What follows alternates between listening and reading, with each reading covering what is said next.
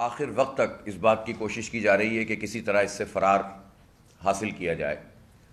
سندھ حکومت اب یہ کہہ رہی ہے کہ ہم الیکشن وقت پہ کرائیں گے، اور ہم نے جو سی ایم ہاؤس کی طرف مارچ کیا تھا اس میں ناصر شاہ صاحب نے آ کر اس بات کی یقین دہانی بھی کروائی تھی، اور میں نے ان سے یہی کہا تھا کہ آپ وہ خط اپنا واپس لیں جس خط میں آپ نے یہ لکھا ہے کہ ایم کیو ایم چاہتی ہے کہ الیکشن ملتوی کر دیے جائیں اور یہ مسئلہ اور وہ مسئلہ ہے، تو آپ اپنی پوزیشن کو واضح کریں۔ اگر یہ خط آپ واپس نہیں لیتے اس کا مطلب ہے کہ یہ خط تو گیا تو آپ کی طرف سے۔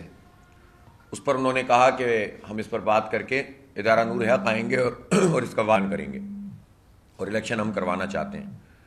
لیکن ظاہر سی بات ہے کہ جب پیپلز پارٹی یہ کہہ رہی ہے کہ ہم الیکشن کروانا چاہتے ہیں تو پھر انہیں اس خط کو واپس لینا چاہیے، ورنہ یہ سمجھا جائے گا کہ وہ وکٹ کے دونوں طرف کھیل رہے ہیں۔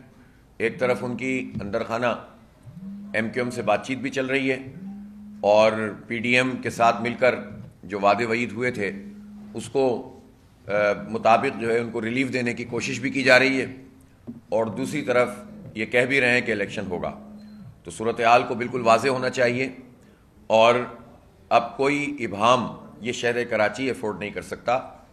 3 دفعہ الیکشن ملتوی ہوا ہے، اور تینوں مرتبہ الیکشن ملتوی ہونے کے نتیجے میں جو امیدوار ہیں، کینڈیڈیٹس ہیں، کونسلرز ہیں، یو سی کے وائس چیئرمین ہیں، اتنی بڑی تعداد میں لوگ ہیں، انہوں نے اپنے وسائل لگائے ہیں، عوام سے رابطہ کیا ہے، اور وہ سب انہوں نے دریا بٹ کروا دیا۔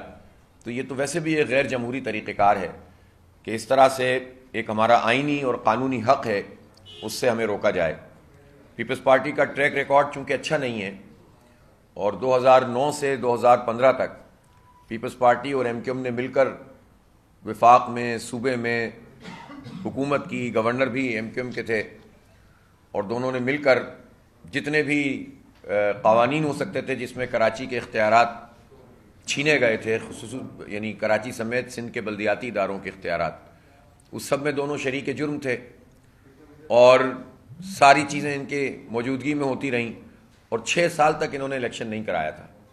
پھر 2015 میں بھی کورٹ کے کہنے پر الیکشن کروایا تھا، اور جب کورٹ کے کہنے پر الیکشن کروایا تو اس کے نتیجے میں بھی ایک ملی بھگت کے ساتھ ہی چیزوں کو کیا گیا تھا، اور اس وقت بھی ڈیلیمیٹیشن اچھی نہیں تھی، لیکن ایم کیو ایم نے سب چیزوں کو قبول کیا تھا۔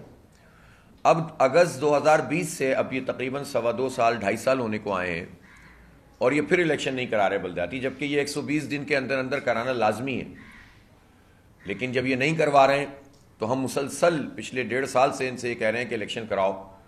ہم الیکشن کمیشن میں 2021 ستمبر میں گئے تھے، اور وہاں پر یہ فیصلہ ہوا تھا کہ یہ ان کو ٹائم دیا گیا تھا 15 دن کا کہ قانون سازی کریں اور پھر الیکشن کرائیں۔ پھر انہوں نے قانون سازی جان بوجھ کر ایسی کی کہ جس پر رد عمل پیدا ہو، یعنی جو رئیس اختیارات تھے وہ بھی چھین لیے، جس پر پھر ہم نے احتجاج کیا، 29 دن کا دھرنا دیا، اور ان کو مجبور کیا کہ ہم سے انہوں نے ایگریمنٹ کیا۔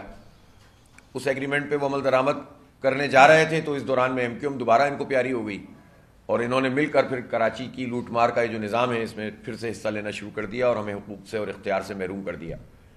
اس دن ناصر شاہ صاحب نے دھرنے کے موقع پہ یہ کہا کہ ہم نے تو اختیارات دے دیے ہیں، تو میں نے وہاں سب کے سامنے یہ بات کہی تھی، اگر آپ نے اختیار دے دیے ہیں تو اسمبلی کا اجلاس بلائیے اور ایکٹ میں ترمیم کر لیجئے، ترمیم کے مطابق سارے اختیارات منتقل کیجئے، اس کا الیکشن کے انعقاد سے کوئی تعلق ہی نہیں ہے، 2 دن میں یہ کام ہو سکتا ہے۔ بہرحال ایم کیو ایم ابھی بھی لگی ہوئی ہے اس بات پر کہ کسی طرح سے انہیں فیس سیونگ مل جائے، اس لیے کہ ان کی پوزیشن واضح ہے، ان کے سارے دھڑوں کا جو انضمام ہو گیا ہے، اتحاد ہو گیا ہے، اس کے باوجود بھی ان کو پتہ چل رہا ہے کہ عوام سے رسپانس نہیں مل رہا۔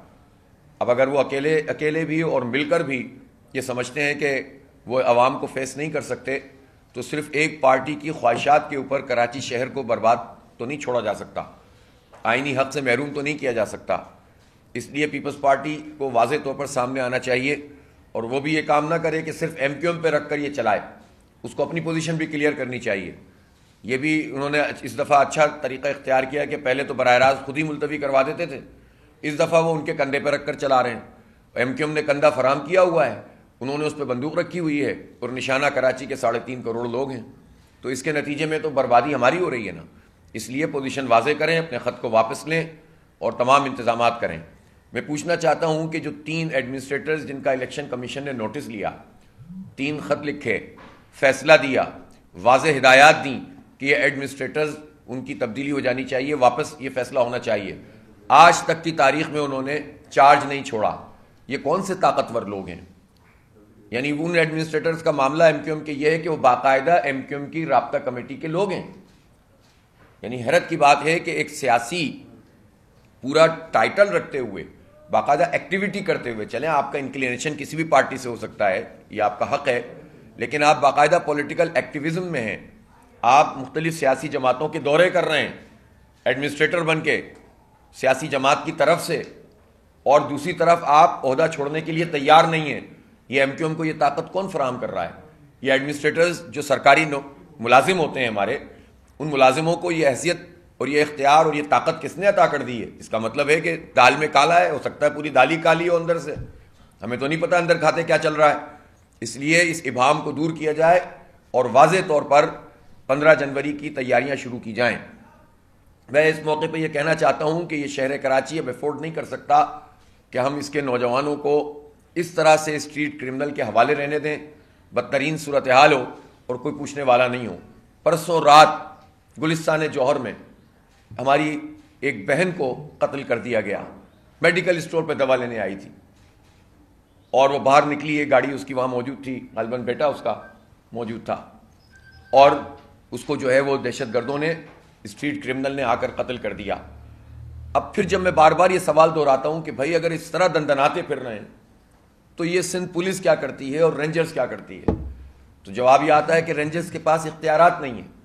بھائی اختیارات نہیں ہیں تو آپ اختیارات دیں.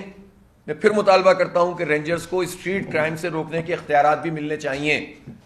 ہم پولیس کے بھی اور رینجرز کے بھی ان جوانوں کی قدر کرتے ہیں جو ہمارے تحفظ کے لیے کھڑے ہوتے ہیں, لیکن جب ہمیں تحفظ نہیں ملتا تو بحیثیت ادارے کے ہمارا حق بنتا ہے کہ ہم ان اداروں سے اور ان کے ذمہ داران سے بھی سوال کریں اور حکومت سے بھی سوال کریں. یہ سب حکومت کا حصہ ہوتا ہے کہ وہ ہمارے جوانوں کی صحیح طریقے سے ڈپلائمنٹ کریں اور ہمارے تحفظ کو, ہماری ماؤں بہنوں کے, ہمارے بچوں کے تحفظ کو یقینی بنائیں. اگر اس میں کوئی قانون رکاوٹ ہے تو اس قانون کو بنایا جائے. ان کو 3 مہینے کے لیے جو جس طرح سے قانون میں موجود ہے اختیارات دیے جاتے ہیں, جس میں وہ پکڑتے بھی ہیں, ڈیٹین بھی کرتے ہیں, وہ اختیارات دیے جائیں اور اس کا ایک کوڈ آف کنڈکٹ بھی طے کر دیا جائے تاکہ رینجرز کے جوانوں کی طرف سے بھی کوئی زیادتی نہ ہونے پائے. لیکن اگر رینجرز کے پاس اختیارات نہیں ہوں گے تو اسی طرح سے پولیس تو ناکام ہو گئی ہے. پولیس میں تو جو کالی بھیڑیں ہیں وہ پولیس کا پورا سسٹم بھی تباہ کر رہے ہیں اور ان سب لوگوں کا تحفظ بھی کر رہے ہیں کہ جو قاتل ہیں 7 بار لوگ پکڑے جا رہے ہیں اور چھوڑ دیے جا رہے ہیں. ایسے سینکڑوں نہیں ہزاروں کی تعداد میں لوگ موجود ہیں. ریکارڈ تو نکال کر دیکھیے آپ.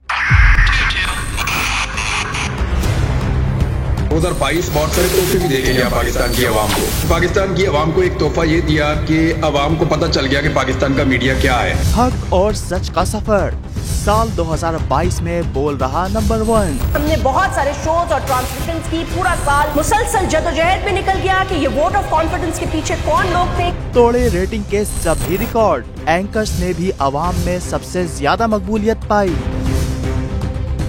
اور سوشل میڈیا پر بھی بول رہا سب پر بھاری. سبسکرائب کریں اور بیل دبائیں تاکہ کوئی خبر رہ نہ جائے.